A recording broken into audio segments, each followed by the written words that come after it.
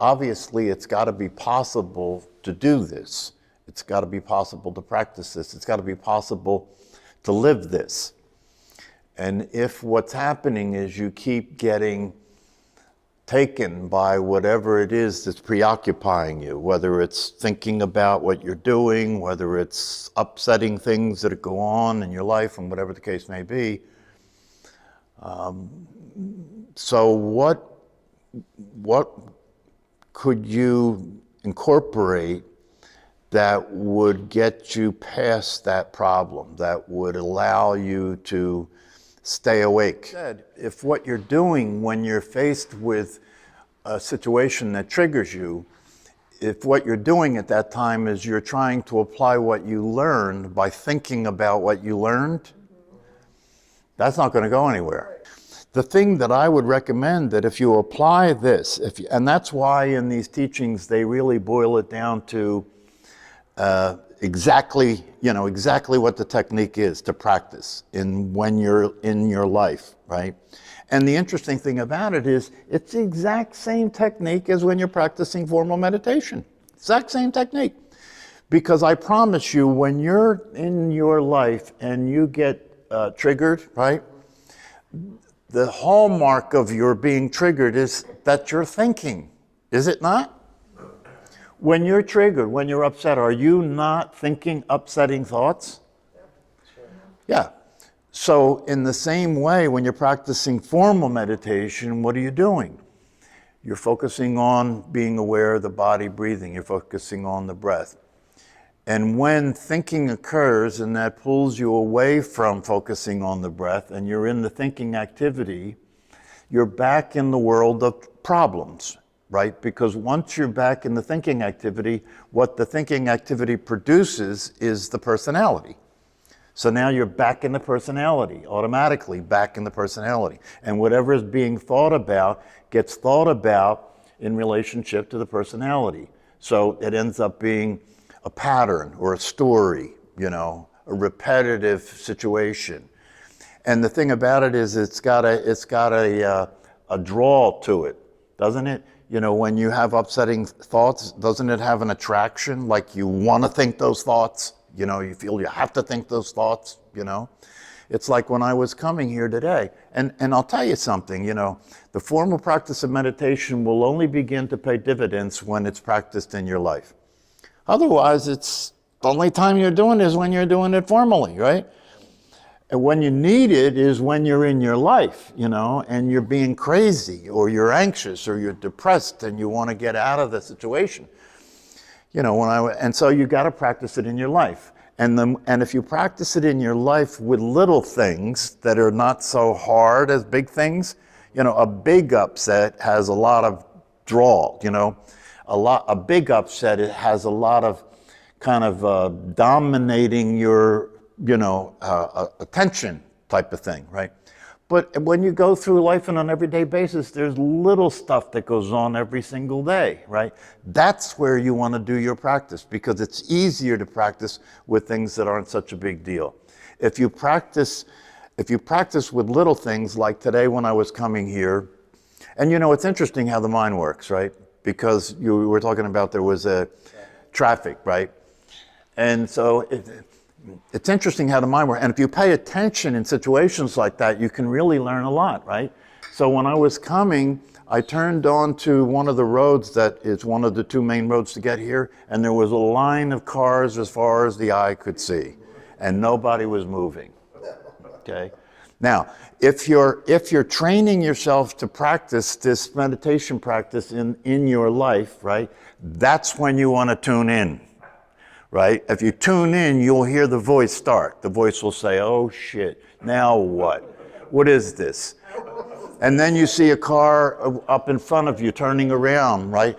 And then the voice in your head says, well, then maybe that person knows this is not going to go anywhere. So maybe I should turn around. And then I'm thinking, if I turn around, which way would I go? And that would maybe, would it be farther or would it be less far? Would there be more traffic? And so the mind is starting, to run these operations, right? And along with that, the sense of annoyance starts to build, right? The annoyance, right? Now you have nothing to say about any of that, right? You have nothing to say about it. It's all automatic stuff. It's machinery, right?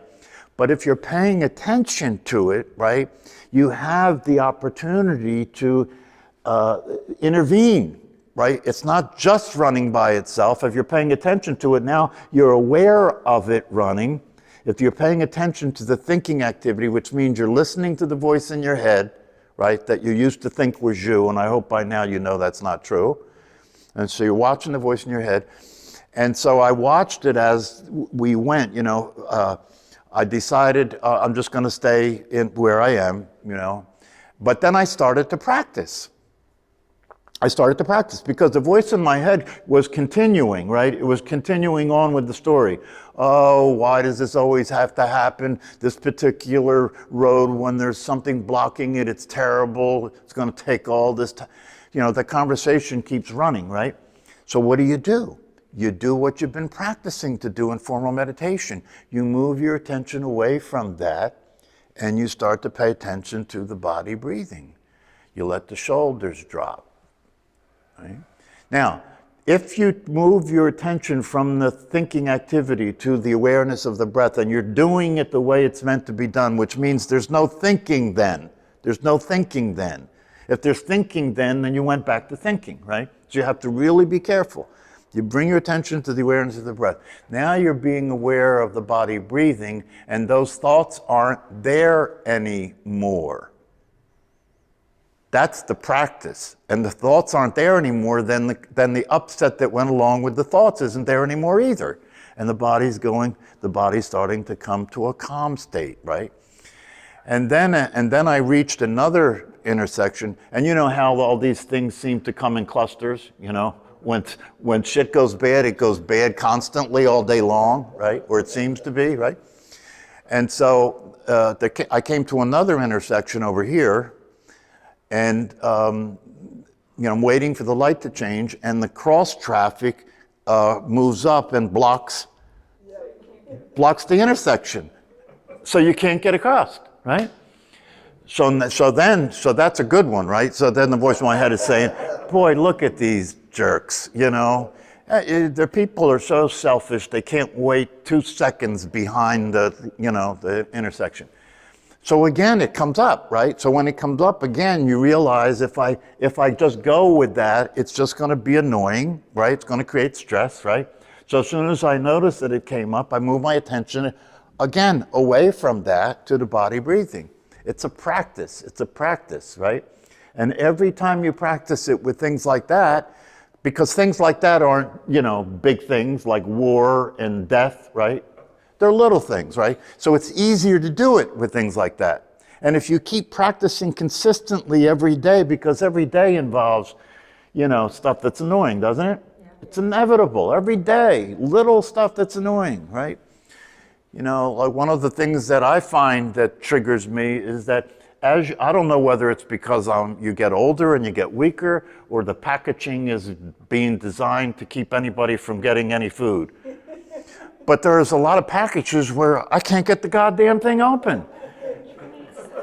And I don't think I'm that weak, you know what I mean? So how about everybody that is really weak? They can't eat because the food is packaged to protect people from poisoning the food now, but you can't get into the food. So that's a little thing that comes up. We all experience little things like that, right? That's where you want to be doing the practice, right? And if you get good at practicing with those little things, right, then when you get the diagnosis, you'll be ready, see? Or as you get older and the body starts to fall apart, and it starts to send signals that, it's coming apart at the seams, right? That you won't, go to suicide. You won't go to a deep depression because you've been practiced. And you know that when that happens, how's it going to show up? It's going to show up in your thinking, isn't it? It's going to show up in your thinking. So if you've been practicing and you're watching the voice in your head and it shows up in your thinking, right? And you see this is not going to go well if I stay in this conversation. It's not going to go well, right? You move your attention away from it, right? You keep moving your attention away from it and practicing going to the stillness, going to the silence, going to the spaciousness, and just giving yourself the opportunity to be in that experience. Because remember something, we talk here about the fact, for example, thy will be done, that everything is out of our control, right? Everything is absolutely out of our control. Control is an illusion, okay? We talk about thy will be done, but even in terms of thy will be done, the conditioning that has determined what you think and how you behave can change. This class, for example, is a reconditioning. It's a reconditioning, right? Why? Because we're looking at conditioning, we're distinguishing conditioning, we're seeing conditioning for what it is, right? That's part of what we're learning to do. That's part of the teaching, is to see what's going on in your mind. And if you see the conditioning, and if you see how the conditioning works, right, then it becomes apparent that if there's a way not to be under the pressure and the stress of that, then you want to take advantage of that, and that's what meditation is. Going sane, learning how to relax. It's not going to make any difference to be crazy and fight with people, and beep your horn because the person's blocking the intersection. They don't care whether you beep your horn, right? So practice with the little stuff. And the practice, and when something happens, don't start thinking about what the teachings are. Let's see, okay, I'm upset now, but that's just the personality. So I'm not the personality, so I don't have to be upset right now. That's not going to go anywhere, right? No. What you want to practice is when the thoughts are negative and they're useless, move your attention. That's the practice. Not thinking about the personality, right? But not thinking. It's really possible not to think. It's really, and it's important for you to experience not thinking. Thoughts aren't inherently bad or wrong, right? It's the way we relate to them that turns them into poison. Thoughts it's just machine language, right? You don't get mad at your computer because of the programming in the computer. It's a dumb machine. Well, I do too, but that's just another opportunity to practice. You see, it's another opportunity to practice. Right? So, because it is the same. Your mind and your brain is just a dumb machine. It just plays programs, It just plays programs. So there's no point getting mad about it. That's not going to change anything, no. And so these teachings and practices have to do with understanding it, understanding what's happening, and realizing that it doesn't have to go that way. You don't have to suffer. That's the point. You don't have to suffer. But you have to take these teachings and practice seriously. You can't do it superficially. You can't do it intermittently. You can't do it sometimes and expect to get the result. As hard as it really is just to notice what's happening and move your attention. That's as hard as it is. That's as hard as it is.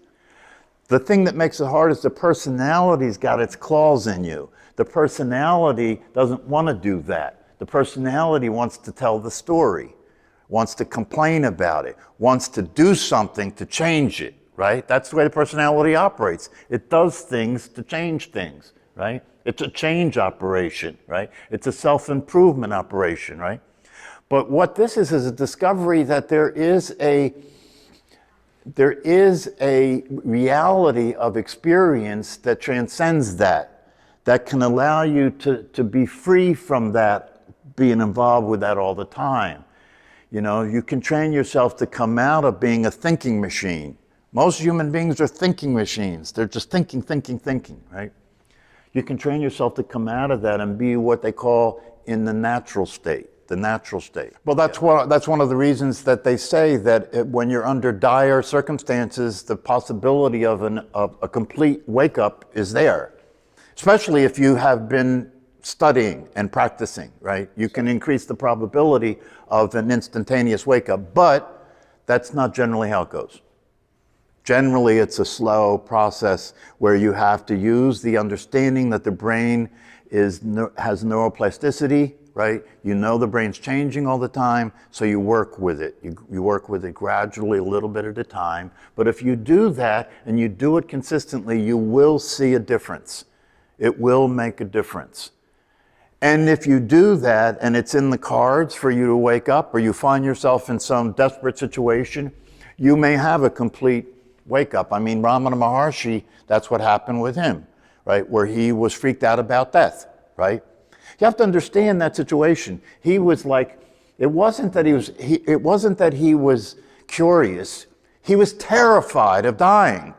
It occurred to him that he was going to die, you know? Most of us have that experience sometime or other, right? Where you think about your mortality and you realize, oh my God, it's true. I am really going to die, right? That's what happened for him when he was a teenager, right?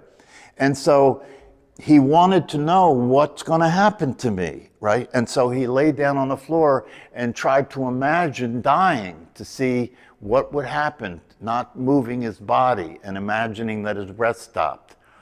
And then he had this awakening experience that never changed. And the rest of his life, he remained in that state, right? Other people have had different experiences, but it's very often the case, just like in Eckhart Tolle, he was suicidal. He was about to kill himself, right? So there is a relationship between desperate situations and people having complete awakenings. But that's not something that you should aim for, because the reality of it is it's not likely for most of us. For most of us, it's going to be this gradual process. But the gradual process increases the probability that you have a complete awakening, and the gradual process provides you with freedom and more space to move and more experience of happiness and more experience of well-being as you continue to practice it. But the more you practice it, and the more specifically you practice it with small situations that occur in everyday life, that's what will move the whole thing faster forward. And if you're doing that, and then you have a big thing hit, right? You'll be prepared to deal with it, because it'll be the same thing. It'll be the same thing. It'll be harder because the intensity of the emotion, right? It'll be harder because the intensity of the thinking machinery, you know, when you're in a situation that's an emergency or something like that, right? But if you do the practice consistently, it'll be like a knee-jerk reaction when the time comes.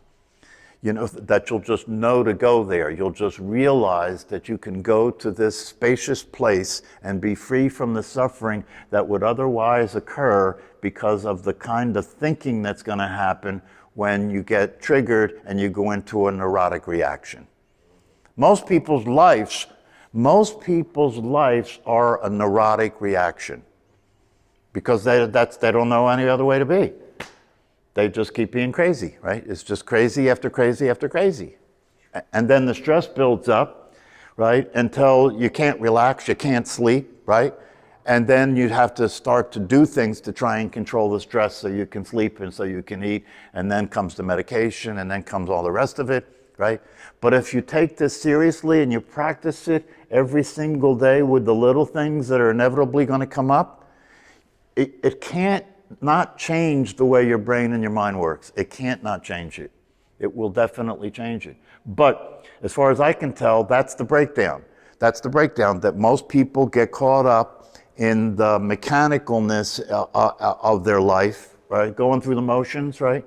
That they don't even remember to think about doing this, right? So that's what you have to break. You have to start to wake up in the morning, and the first thing in the morning, set the day. Set the day as a day I'm going to pay attention. Set the day as a day I'm going to notice what's going on in the mind. I'm going to notice what's going on in the emotions. I'm going to notice what's going on in the body. And I'm going to practice. I'm going to practice today. That's the way you have to do this. And you're not that personality, right? It's just like I said with Douglas Harding, when he woke up and realized what the truth was, realized that he was the awareness, right? After that, his personality was called Little Douglas. Right? So you have a personality that's either running the show, right? Or you're running the show, and the personality is the little one. And the little one can get cranky, and the little one can act stupid, and the little one, you know, can go unconscious, right? And be mechanical, right? That's why the little one needs guidance. Just like a child, you have to pay attention to children, right? You can't just let them do what they want. You have to pay attention. And when they start going into things that are going to create problems and get somebody hurt, you stop them. Well, you got to do the same thing with you. You got to do the same thing with your personality. You know, because personalities are spoiled brats. Personalities are spoiled brats. They never got over wanting what they want and trying to be in control of everything, right? And anything that's not the way I want it is wrong, right? That's a personality. Or you could watch the voice in your head be the voice of the little one. It's the voice of the personality, right? It's the voice of the child, right? And so you can look at it that way. And if you look at it that way, you'll see the immaturity. You'll see the immaturity. You know, I was talking to somebody today about this, and this person was sharing with me how they feel they have to resolve any differences or conflict that they have with their partner. What a job. What a job. You know, and what I said to this person, I said, wait a minute. Do you understand that one of the things that indicates that you're maturing as a person is that you can let go of things that happen? You don't have to resolve everything? That's over-psychologizing it. If you're in a relationship with somebody and everything that happens where you have conflict or disagreements, you have to have a long psychological, resolution to it. You got to talk it out and everything, or maybe go to a therapist and let them help you talk to one another. That's over-psychologizing it. And it's also involving, you're getting two personalities, and the two personalities have a tendency to be immature and infantile and adolescent, and now they're going to resolve something? I don't think so. I don't think so. So you're better off letting it go. Letting it go. In relationship to yourself in your own life, you're better off letting everything go that you can let go. Anything you can't let go of, you deal with. But I promise you, most of it you can let go of. Most of it's petty shit that you can let go of. And even in relationship, if you're in a mature relationship with somebody, it's inevitable that there are going to be differences. It's inevitable that there's going to be conflict. It's impossible for that not to be the case. You're two unique individual people, right? But when that happens, do you have to turn it into something that has to be resolved through talking it out? And, usually what I have seen to be the case is when people think that that's true, that you have to resolve everything, they end up, in their attempts to resolve things, fighting more. Better to just let it go. Better to just let it go. If it's not earth-shattering, right? If it's not worth it, if it's not worth, going through all that stuff about, just drop it. Just drop it. Not only in relationship to other people, but in relationship to yourself. If you find yourself being neurotic, drop it. Just let it go. It's another way of saying move your attention, isn't it? Yeah, move your attention. Look at it, and you don't have to move it to the breath. Move it to anything. Look out the window. Move it to anything that's either positive or neutral.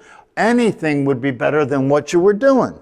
Right? Which is just thinking crazy, stupid, negative shit. True. If you can use a phrase, whatever works. If you can use a phrase to get your attention elsewhere, then get your attention elsewhere, right? Because what you're doing is this is the thing about this practice and these teachings. And it's become more and more clear to me as time passes that anybody who's a serious practitioner of meditation and is a student of the teachings that are the foundation for that practice, right, is involved in a psychotherapeutic process all the time. You're involved in a psychotherapy because you're paying attention all the time. One of the things I say to my clients, next week when we meet, I want you to pay more attention to what's going on in your life so you have something to talk about with me. Don't just keep coming back and saying everything's fine. That makes me have to work too hard. Then I have to interrogate you, to find out the material that we need to talk about, But if you're paying close attention to your life, if you're really paying close attention to your life, then you can't wait to meet with me because you got so much material that you want to review, right? And if that's not the case, then what are you doing? What are you doing? What are you doing? You're just out to lunch. So don't be out to lunch. Because most people live their entire life and don't realize it was a neurotic state, right? And then if you want to lessen the amount of time it takes for you to realize it, right? Focus on the formal practice. That's where you're closing the gap. That's where you're training yourself to catch it faster, right? That's where you're training yourself to catch it faster. So you want to pay attention in such a way when, as soon as you know you're thinking, move the attention. And then be careful if you move the attention to the body, to the awareness of the body breathing, make sure you're not thinking, I am paying attention to the body breathing now. Right? Because if you do that, that's not meditation. right? That's just more thinking, right? So you have to really pay close attention, and you really have to experience the difference it makes to be in the space of awareness. It feels different than thinking. You know, even though that may only be a very short period of time before thinking happens again, right? During that short period of time, there is this sense of spaciousness. There is this sense of quiet, stillness. Pay close attention to that. Become familiar with it, you know, because that's the experience, that's the feeling you want to have when you move your attention away from thinking. That feeling of relief, that feeling of spaciousness, because there's no thinking happening right now. If you develop that and you know what that feels like, it can become a thing that you go to, and you can go to it much faster, because in your formal practice, that's exactly what you're practicing. You're practicing catching it sooner, catching it sooner. You have to experiment a little and see if you can find the experience in which you're not doing silence, you're being silence. It's not a do, it's a be. And see, that's what people experience when they first start to meditate, right? That's why they can't stand it. Because they have to have some activity. Without activity, it's like, oh, I don't know what I'm I can't stand it, right? So you have to get used to it. You have to get used to it. You're not used to being consistently quiet and silent and still. You're not used to the experience of that. You're not used to how good that feels. And so in the beginning, you have to really give yourself a chance to feel the difference it makes to be still and quiet, to be still and quiet, and to really allow yourself to appreciate the value of that stillness and that silence, that space. Because that space and that stillness and that silence is the real you. That's the real you.